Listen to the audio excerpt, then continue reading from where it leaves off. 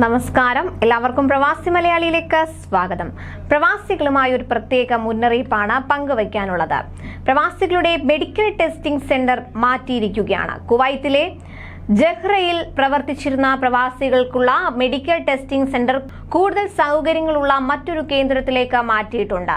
ജഹ്റ health സെന്ററിൽ നിന്ന് ജഹ്റ hospital 2ലേക്കാണ് പരിശോധനാ കേന്ദ്രം മാറ്റിയതെന്ന് Jahra health region public health department മേധാവി ഡോക്ടർ ഫിറാസ് അൽ ഷമ്മാരി അറിയിച്ചു.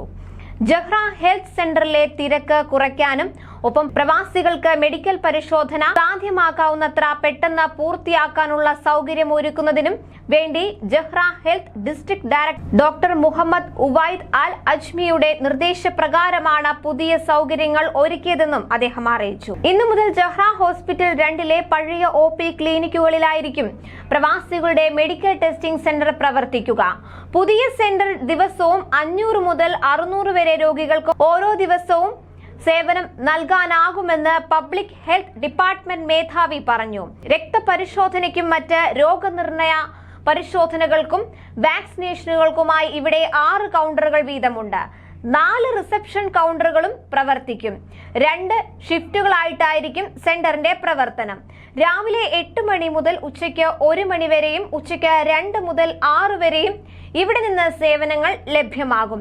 അതുപോലെ കുവൈത്തിൽ പ്രവാസികളുടെ ഡ്രൈവിംഗ് ലൈസൻസ് സൂക്ഷ്മ പരിശോധനകൾക്ക് വിധേയമാക്കുന്നതിനുള്ള നടപടികളുമായി ആഭ്യന്തര മന്ത്രാലയം മുന്നിട്ടിറങ്ങിയിരിക്കുകയാണ്. ലക്ഷക്കണക്കിന് പ്രവാസികൾ അനധികൃതമായി ഡ്രൈവിംഗ് ലൈസൻസ് കൈവശം വെക്കുന്നുവെന്ന ആരോപണത്തെ തുടർന്നാണ് ആഭ്യന്തര മന്ത്രാലയത്തിന്റെ നടപടി. ഉപപ്രധാനമന്ത്രിയും ആഭ്യന്തരമന്ത്രിയുമായ ഷെയ്ഖ് തലാൽ അൽ ഖാലിദിന്റെ നിർദ്ദേശപ്രകാരമാണ് പരിശോധനയെന്ന് general department of public relations and security അധികൃതർ അറിയിച്ചു. നിലവിൽ അനധികൃതമായി പ്രവാസികൾ കൈവശം വെച്ചിരിക്കുന്ന ഡ്രൈവിംഗ് ലൈസൻസുകൾ കണ്ടെത്താനുള്ള പരിശോധനാ നടപടികൾ ശക്തിപ്പെടുത്താൻ ട്രാഫിക് വിഭാഗം നേരത്തെ തീരുമാനമെടുത്തിരുന്നു. ഇതിന്റെ ഭാഗമായാണ് നിലവിലെ പ്രവാസികൾക്ക് നൽകിയിട്ടുള്ള ലൈസൻസുകളുടെ വെരിഫിക്കേഷൻ നടപടികൾ പുനരാരംഭിച്ചത്.